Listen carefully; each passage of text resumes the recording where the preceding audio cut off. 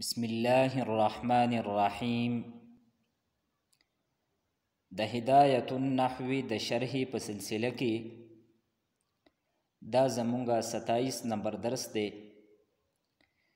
مصنف رحمه الله تعالی فرمایي: واعلم أن كل ما شرط فيه العلمية وهو المؤنث بالتاء والمعنوي والعجمة والتركيب والاسم الذي فيه الألف والنون الزائدتان أو لم يشترط فيه ذلك واجتمع مع سبب واحد فقط وهو العلم المعدول ووزن الفعل إذا نكر صرف. أما في القسم الأول فلبقاء الاسم بلا سبب، وأما في الثاني فلبقائه على سبب واحد. تقول: جاءني طلحة وطلحة آخر، وقام عمر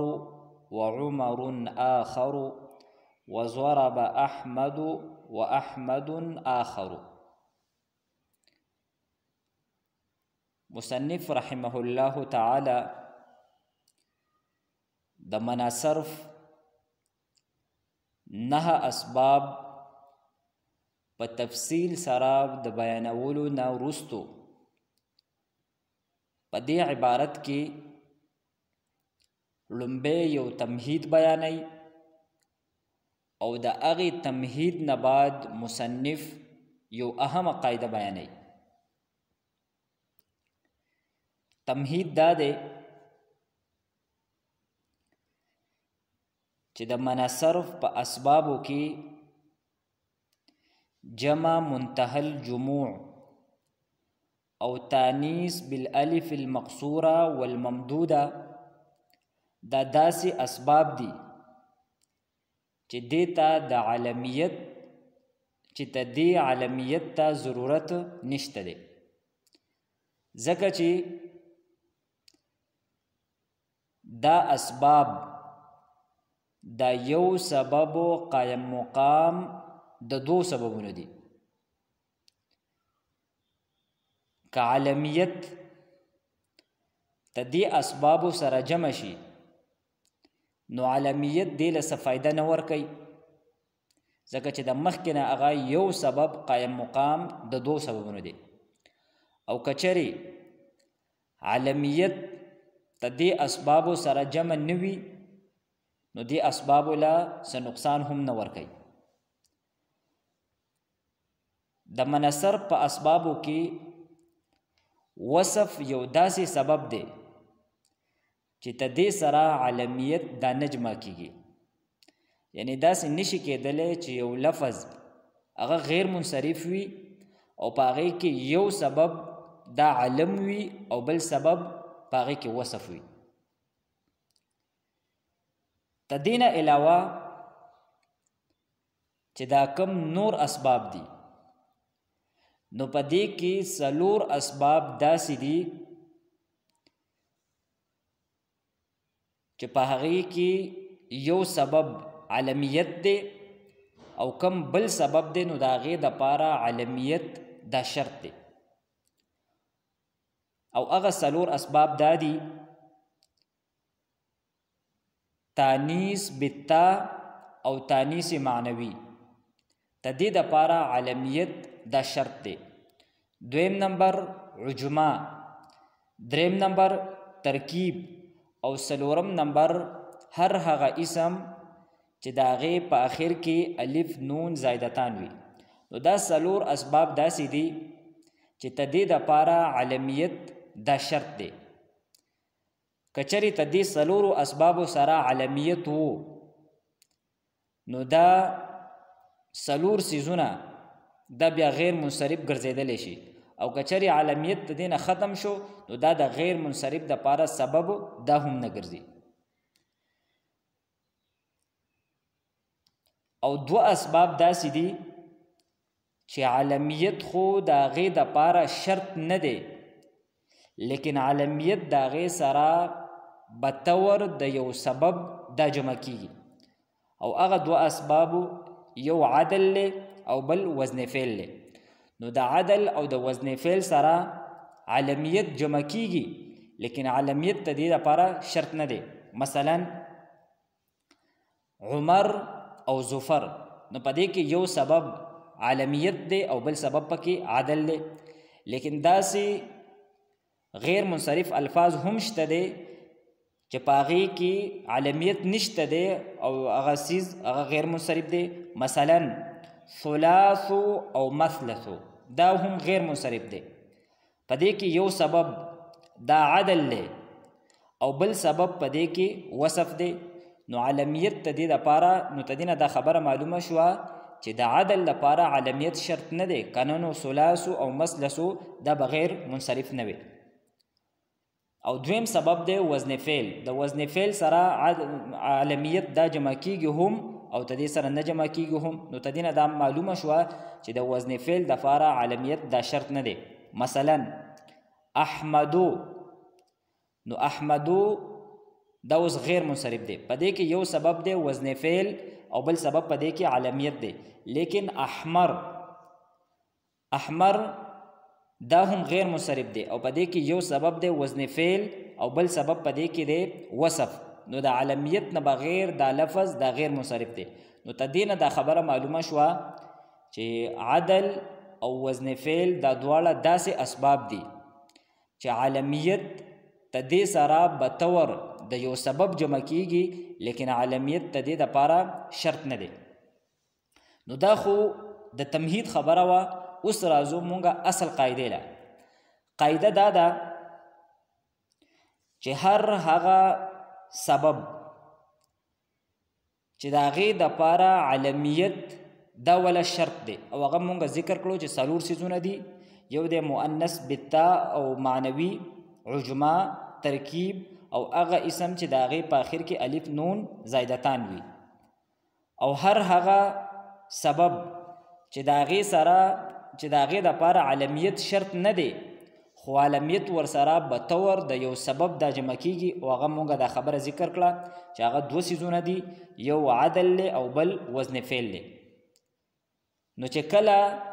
دا اسباب چې د هغې دپاره علمیت شرط دی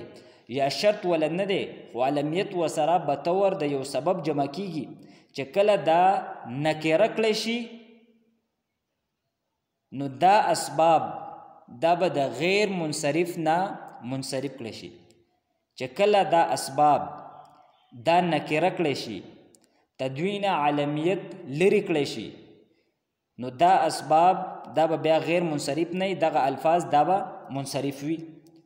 د هغې وجه دا ده چې کوم لومبی قسم دی یعنی هغه قسم چې د هغې دپاره علمیت شرط دی نو دغه قسم دا به بغیر د سبب پاتې شي، ځکه چې علمیت د دې دپاره شرط نو چې کله اذا فات الشرط فات المشروط، چې کله شرط ختم شو نو مشروط هغه ورسره خود به خود ختم شو. مثلا د مونځ دپاره اودس دا شرط دی، نو چې کله د یو انسان اودس مات شو نو ته دې سره مونځ خود به خود دا مات شو. نو چې د کم څلورو اسبابو دپاره د هغې د سببیت دپاره علمیت شرط دی، چې کله ته دغې نه علمیت دا لرې کړی شو نو ته دغې څلور اسبابو کم سبب کېدلو دغه سبب کېدل ورسره خود به خود ختم شو، ځکه چې د هغې سببیت دا موقوف په علمیت باندې. نو چې کله علمیت ورسره لاړ نو دغه سبب دا ورسره خود به خود دا ختم شو. او کم دویم قسم دی یعنی هغه قسم چې د هغې دپاره علمیت خو شرط نه دی لیکن علمیت د هغې سره بطور د یو سبب جمع کیږي، نو چې کله د هغې نه علمیت لرې کړی شو دغه لفظ دا نکره کړی شو نو دغه اسم په دې کې صرف یو سبب پاتې شو او دا هغه سبب دی یعنی عدل او وزن فعل چې دا یو سبب قائم مقام د دوو سببونو دا نه ګرځي. نو دا مصنف رحمه الله دغه قاعده په دې عبارت کې دا بیان کړې ده. اوس راځو مونږه دې خبرې لره چې علم دا به څنګه نکره کیږي. نو د دې دپاره شارحینو په کتابونو کې مختلف طریقې دي د دې دپاره چې یو اسم هغه علم وي، معرفه وي، نو دغه معرفه دا به څنګه نکره کیږي. لیکن د هغې مشهوري 2 قاعدې دا مونږ په دې درس کې انشاءالله تعالی نن دا ذکر کوو. د علم د نکره کولو یو طریقه دا ده چې په عالم کې تعمیم وکړی شي، عالم دا عام کړی شي. مثلا په یو نوم باندې 10 کسان دي، نو یو کس دغه نوم مثلا د احمد په نوم باندې 10 کسان دي، نو یو کس د احمد نوم واخلي او د احمد نه په دغه 10 کسانو کې یو غیر معین کس هغه مراد واخلی کړي، نو په دې صورت کې دغه احمد دا اوس معرفه او علم نه دی بلکې دا نکره دی. لومبۍ طریقه دا شوه چې په علم کې تعمیم وکړی شي. مثلا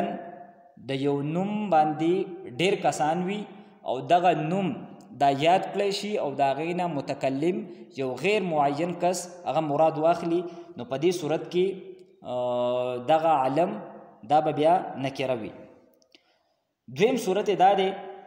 چې د علم نه ذات معین مراد وانخلی شي،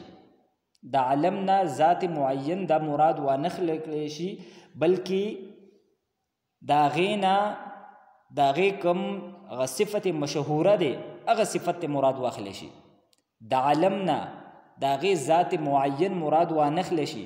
بلکې هغه علم چې د کم صفت دپاره مشهور شوی دی نو هغه صفت مراد واخیستلی شي. د دې دپاره علما دا مثال ذکر کوي، لکل فرعون موسی، چې د هر فرعون دپاره موسی دی. نو دلته د فرعون نه هغه فرعون مراد نه دی چې کم ظالم او جابر بادشاه د خدای ته د الله تعالی او د خدایي دعوی کړې وه، نو دغه فرعون ته دینه مراد نه دی بلکې دلته د فرعون نه مراد د هغې دغه صفت بطلان او د هغې په باطل باندې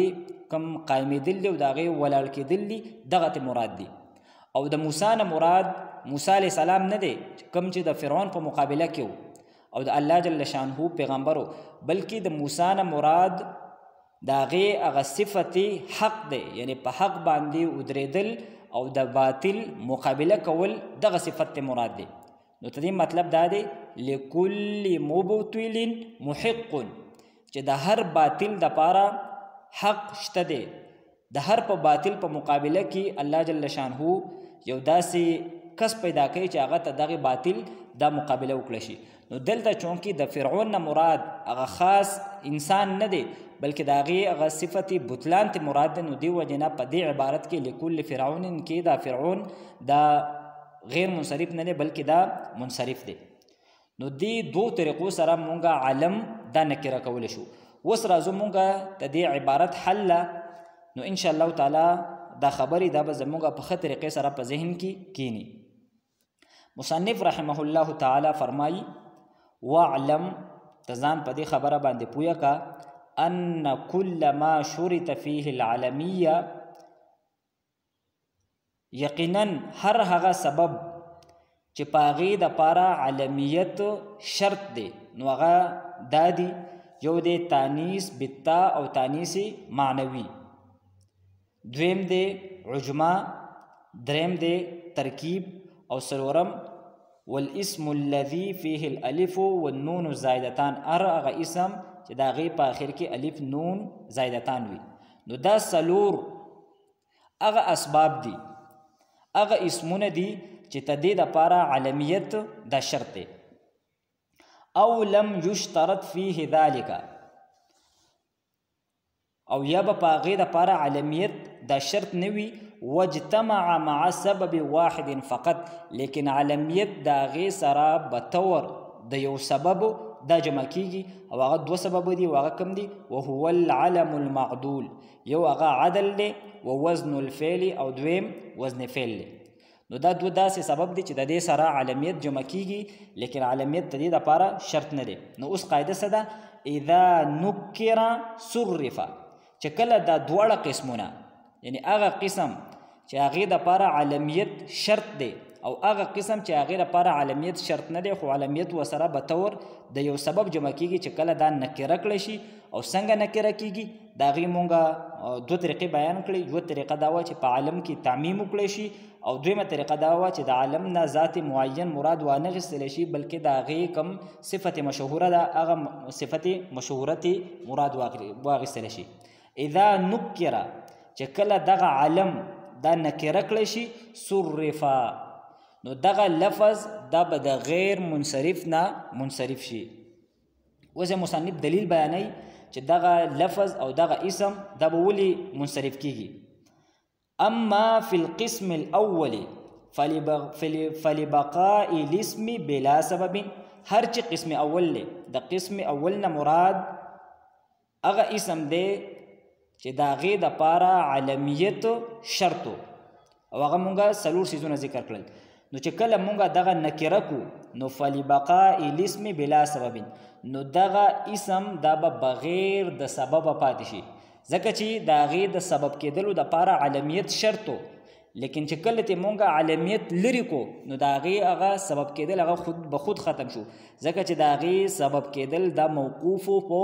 علمیت باندې. نو چې علمیت ته لاړ نو سبب کېدل هغه خود به خود لاړه لکه څنګه چې مونږ مثال ذکر کو چې د مونځ دپاره اودس دا شرط دی نو چې کله اودس مات شو نو مونځ ورسره خود به خود مات شو. و اما فی الثانی او کوم چې دویم قسم دی یعنی هغه اسم چې د هغې سره هغه اسباب چې د هغې سره علمیت دا به طور دی یو سبب جمع کیږي لیکن علمیت د هغې دپاره شرط نه دی نو چې کله دغه مونږه نکره کو نو فلبقائه علی سبب واحد نو دغه اسم په دې کې به صرف یو سبب به پاتې شي ځکه چې علمیت ته لاړ نو په هغې کې اوس صرف یو سبب پاتې شو او دا وزن فعل او عدل دا داسې اسباب دی چې دا یو سبب قایم مقام د دوو نه دي لہذا ته دغه یو سبب د وجې نه دا اسم دا غیر منصرفو دا نشي کېدلی. اوس مصنف د مثالونو په ذریعې سره د دې قاعدې وضاحت کوي. نو فرمایي تقول جاءني طلحة وطلحة آخر. په دې مثال کې د لومبۍ طلحه دا غیر منصرف دی ځکه چې د دې طلحه نه یو معین کس دا مراد دی او په دې طلحه کې دو اسباب موجود دي. یو په دې کې دی تانیث بالتا او دویم سبب په دې کې علمیت دی نو دا لفظ دا غیر منصرف دی ځکه چې په دې کې دو اسباب دا موجود دي. وطلحة آخر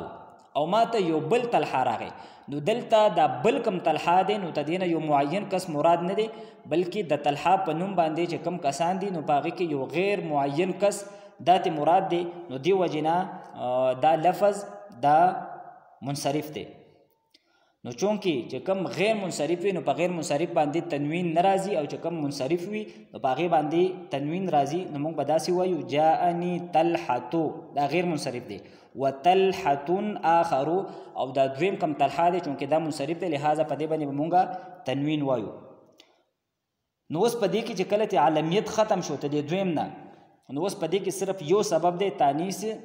او بتا او دا تانیث بتا داسې سبب دی چې ته دې د مؤثر کېدلو دپاره ته دې د غیر منصرف دپاره د سبب جوړېدلو دپاره علمیت شرط دی نو چې کله علمیت لاړ نو ته دې هغه سبب کېدل هم ختم شو نو دا طلحتون دا اوس بغیر د سببه دا پاتې شو.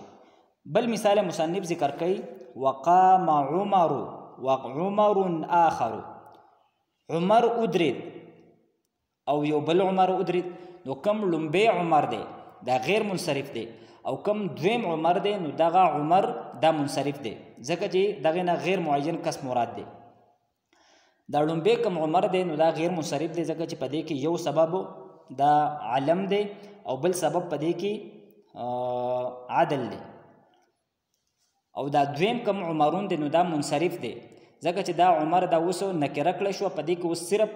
یو سبب پاتې شو او هغه یو سبب په دې کې عدل دی او دا عدل داسې سبب دی چې دا یو سبب قایم مقام د دوو سببونو نه دی او په دې کې یو سبب ځکه پاتې شوی دی چې د عدل لپاره علمیت دا شرط نه دی د هغې مونږه وضاحت وکړو. بل مثال مصنف بیانوي وضرب احمد و احمد آخر احمد هم وال وکړل ته دلته د لومبي احمد نه یو خاص کس مراد دی او د دې دویم احمد نه یو غیر معین احمد مراد دی، لہذا دا لومبي غیر منصرف دی او دا دویم دا منصرف دی. په لومبي احمد کې یو سبب دا وزن فعل دی او دویم پکې علمیت دی، ته دې وجې نه دا غیر منصرف دی. او دا دویم کم احمد دی، نو اوس په دې کې صرف یو سبب پاتې دی او هغه یو سبب په دې کې وزن فعل دی او دا وزن فعل دا یو سبب قائم مقام د دوو سببونو نه دی او دا یو سبب پکې ځکه پاتې دی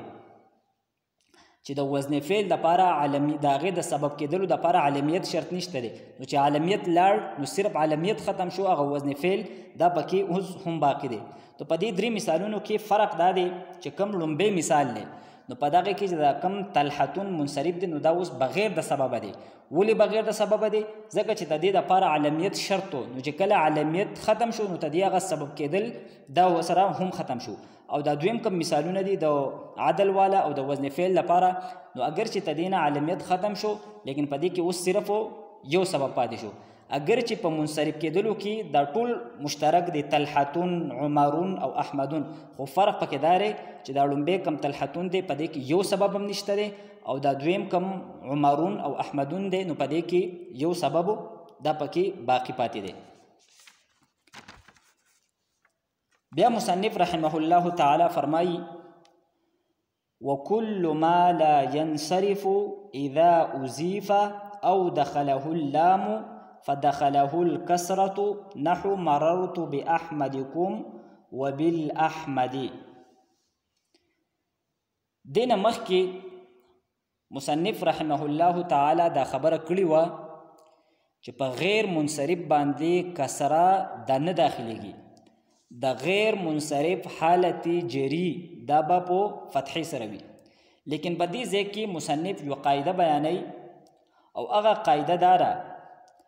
چې هر هغه غیر منصرف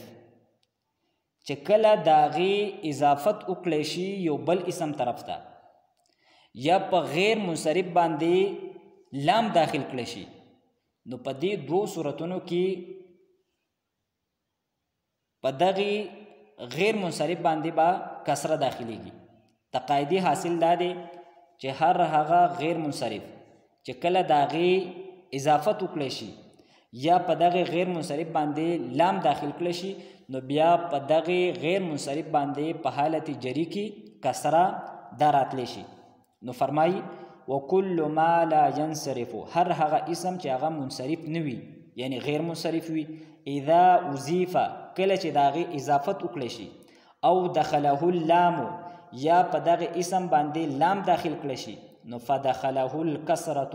نو بیا به په دغه اسم باندې کسره دا داخلیږي. او د هغې مثال مصنف بیانوي مررت باحمدکم وبالاحمد. نو په لومبي مثال کې د احمد اضافت شوی دی کوم ضمیر طرف ته، نو اگر چې احمد دا غیر منصرف دی نو ته دې اضافت شوی دی نو ته دې وجې نه په احمد باندې کسره راغلی ده. او دویم مثال دی مررت بالاحمد، په دې دویم احمد باندې الف لام داخل شوی دی نو دې وجې نه په دې باندې کسره راغلی ده. اوس باقی دلته دا خبره د بحث قابله ده چې آیا به کم غیر منصرف باندې کسره داخله شي نو آیا دغه لفظ دا اوس منصرف دی او که غیر منصرف دی. نو مصنف دا بحث دا نه دی چیړلی لیکن بعض نورو نحویانو دا بحث چیړلی دی. نو بعض حضرات وایي چې اوس هم دا لفظ دا غیر منصرف دی ځکه چې هغوی د غیر منصرف تعریف دې ته کوي دا کوي چې غیر منصرف هغې ته وایي چې په هغې کې دو اسباب وي یا یو سبب چې قایم مقام د دو سببونه وي هغه پکې موجود وي. نو څوک چې د غیر منصرف دا تعریف کوي نو هغوی وایي چې دا لفظ اوس هم غیر منصرف دی ځکه چې په احمد کې اوس هم دغه دو اسباب موجود دي، یو پکې وزن فعل دی او بل پکې علمیت دی. او څوک چې د غیر منصرف تعریف دا کوي چې غیر منصرف هغې ته وایي چې په هغې باندې کسره او تنوین دا نه داخلیږي نو د هغوی په نس باندې دا لفظ دا منصرف دی ځکه چې په دې باندې کسره دا داخل شوي ده. نو ته دې قاعدې حاصل دا شو چې کله د غیر منصرف اضافت وکړی شي یا په هغې باندې لام داخل کړی شي نو بیا په دغې غیر منصرف باندې کسره دا داخلیږي. اوس راځو مونږه ته دې عبارت ترکیب لا او په دې کې کم نحوي فواید دي نو ان شاء الله تعالی د الله په توفیق او په فضل سره به مونږه دغه ذکر کوو. واعلم أن كل ما شرط فيه العلمية وهو المؤنث بالتاء والمعنوي والعجمة والتركيب والاسم الذي فيه الألف والنون الزائدتان. دا واعلم په شروع کې چې دا کومه حمزه ده نو دا حمزه وصلی ده نو دی وجنه دا د کلام په منځ کې دا غورځيږي دا اصل کې د اعلم لیکن چون کې دا د کلام په منځ کې واقع شو نو دغه حمزه وصلی دا حذف شو. دلته به د اهمه قاعده د مونږ یاد ساتو او دا یو ځل مخکې هم مونږ ذکر کړی و چې د فعل مضارع او د امر او د نهي د دې 15 صيغې داسې دي چې په هغې کې ضمیر د مستتر وي او دا 15 صيغې هغه صيغې دي چې کوم د صحیح گردان وي نو ته دې 15 صيغو په اخر کې پیش راځي او هغه 15 صيغې دا دي یضربو تضربو تضربو اضربو او نضربو یعنی واحد مذکر غائب واحد مؤنث غائب واحد مذکر حاضر واحد متکلم او جمع متکلم. ته دې 15 صيغو په دې 15 صيغو کې ضمیر د مستتر وي خو فرق پکې دا دی چې کم د لومبۍ 2 صيغې دي واحد مذکر غائب واحد مؤنث غائب په دې کې به کله ضمیر وي او کله به پکې نه وي خو چې کله په دې کې ضمیر وي نو ضمیر به څه وي مستتر به وي. او دا کم اخرنۍ 3 صيغې دي یعنی د واحد مذکر حاضر واحد متکلم او جمع متکلم په دې کې به همیشه د پاره ضمیر دا به مستتر وي یعنی پټ به وي. په واحد مذکر حاضر کې به ضمیر انت وي په واحد متکلم کې به ضمیر انا وي او په جمع متکلم کې به ضمیر دا نحن وي. نو چې کله دا 3 وانه صيغې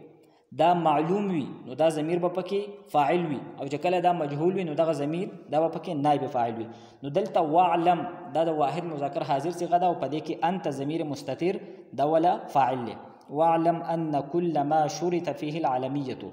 علمیتو دا مرفوع دی په ضمې سره ځکه چې دا نائب فاعل دی د شورطه فعل مجهول لپاره او فعل مجهول دا فاعل نه غواړي بلکې نائب فاعل غواړي. وهو المؤنث بالتاء هو ضمیر مرفوع منفصل مرفوع محلا دا مبتدا ده او المؤنث بالتاء دا ولا خبر دی او دا والمعنوي والعجمة والتركيب والاسم الذي فيه الالف والنون الزائدتان دا ټول معطوف دی په المؤنث باندې. نو چې څنګه مؤنث مرفوع دی نو دغه شان دی معنوي عجمة ترکیب او الاسم الذي فيه الالف والنون زائدتان دا هم مرفوع دي ځکه چې معطوف علی او د معطوف اعراب دا یو شان دي. او څنګه چې مؤنث بالتاء دا خبر دی د هو مبتدا لپاره نو دغه شان دی د عجمه ترکیب او دا والاسم الذي فيه الالف والنون زائدتان دا هم خبر جوړیږي د هو مبتدا لپاره. او لم يشترط فيه ذلك واجتمع مع سبب واحد فقط دا عطف دی په ما قبل باندې یعنی ان كل ما شرط فيه العلميه په دې باندې. وهو العلم المعدول ووزن الفعل دا هو ضمیر مرفوع منفصل مرفوع محلا دا مبتدا ده او العلم المعدول دا ولا خبر دی او دا وزن الفعل دا عطف دی په العلم المعدول باندې. اذا نكر صرف اذا نكر دا شرط دی او دا صرف دا ولا جزاء ده. اما في القسم الاول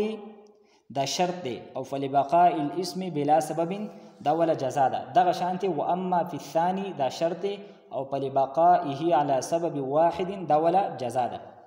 تقول جاءني طلحة وطلحة آخر جاء صيغة واحد مذكر غائب فعل ماضي معلوم دون وقاية یا ضمیر منصوب متصل منصوب محلا دا مفعول به مقدم دی او طلحة مرفوع بضمه لفظا دا ولا فاعل مؤخر دی نو دا جمله فعلیه ده. او دا طلحة آخر دا عطب دی په طلحه باندې نو اصل عبارت بدای شي جاءني طلحة وجاءني طلحة آخر نو دا هم فاعل جوړیږي.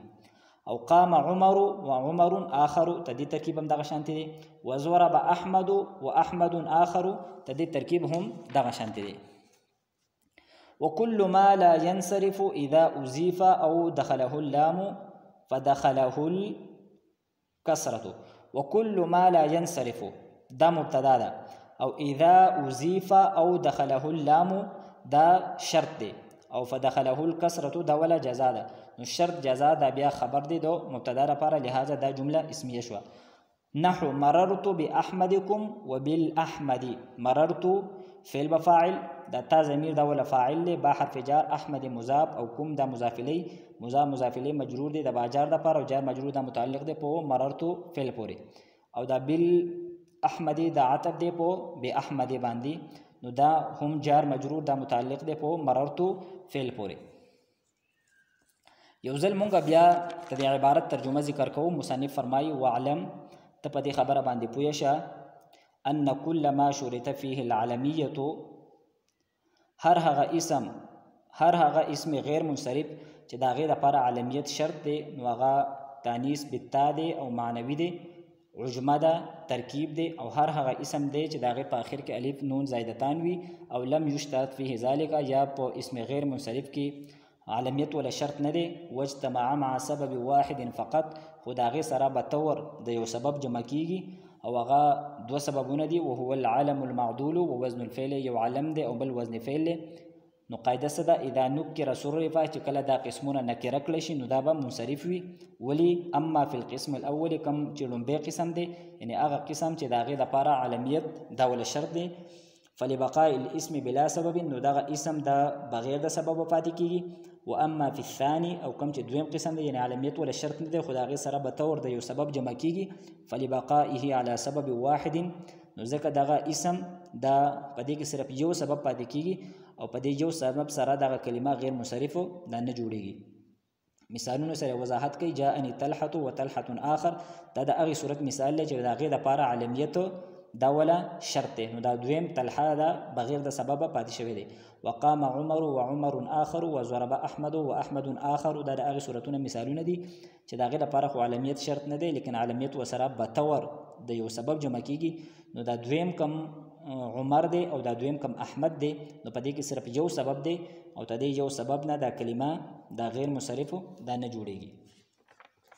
وكل ما لا ينصرف هر هغه اسم چې هغه غیر منصرف وي اذا اضيف کله چې دغه اضافه وکړي شي او دخله اللام یا پاغه باندې الف لام داخل کړي شي فدخله الكسره نو پدې باندې با کسره داخليږي نحو مررت باحمدكم وبالاحمد مررت باحمدكم دا د اضافت مثال له د احمد اضافت شوی د کوم ضمیر طرف ته نو پدې باندې کسره راغلي ده وبالاحمد دا دغه صورت مثال له چې بغیر منصرف باندې الف لام داخل شوی دي نو د با حرف جر د وجنه پدې باندې کسره راغلي ده نو الحمدلله تدیزه پوری چې کومه مقدمه وا هغه سر ته ورسېدله د کتاب په مخکې مصنف رحمه الله فرمایلی وو چې په دې کتاب کې یو مقدمه ده او په دې کې درې اقسام دي لومبی قسم د اسم په باره کې دویم قسم دی د فعل په بحث کې او دریم قسم دی د حرف په بحث کې نو کوم د اسم بحث دی کوم د القسم الاول فی الاسم دی نو هغه مصنف بیانوي په دو بابونو کې او په یوې خاتمه سره او په دغه بابونو کې کم لومبی باب دی نو هغه د اسم معرب په بیان کې دی او دویم باب دا د اسم مبني په بیان کې دی او بیا په آخر کې یو خاتمه ده بیا د اسم معرب کم تفصیل دی نو هغه مصنف بیانوي په درې حصو کې په لومبی حصہ کې مقدمه وا او یا کومه دویمه حصہ ده نو په هغې کې درې مقاصد دي یو مقصد د مرفوعات دویم د منصوبات او دریم د مجرورات او کم دریمه حصہ ده نو په هغې کې بیا خاتمه ده د اسم معرب کومه لومبی حصہ وه نو هغه مقدمه وه په دغې مقدمه کې 4 فصل و په لومبي فصل کې د اسم معرب د هغې تعریف مصنف کړی په دویم فصل کې مصنف د اسم معرب حکم بیان کړی او یو څو بنیادي اصطلاحات هغې ذکر کړي او په دریم فصل کې مصنف د اسم معرب د اعرابو په لحاظ سره کم 9 قسمونه دغه 9 قسمونه بیان کړي او په 4م فصل کې مصنف رحمه الله د منصرف او د غیر منصرف تعریف د دغه حکم او د منصرف کم 9 اسباب نو دغه 9 اسباب په تفصیل سره بیان کړي او بیا په اخر کې دا یو دوه اهم قاعده دا ذکر کړي نو الحمدلله تدیزه پوری کم لومبی باب دی د اسم معرب په باره کې نو د هغې کومه لومبی حصه وه مقدمه نو هغه سر ته ورسېدله انشاءالله تعالی د آینده درس نه به مونږ کم 3 مقاصد دي نو په هغې کې کوم لومبی مقصد دی مرفوعات انشاءالله تعالی د الله جل شانه په توفیق او په فضل سره شروع کوو الله جل شانه دې ته دې کتاب په ښه طریقې سره موږ له د درس او د تدریس توفیق راکړي او الله جل شانه دې په دې کې اخلاص نصیب کړي واخر دعوانا ان الحمد لله رب العالمین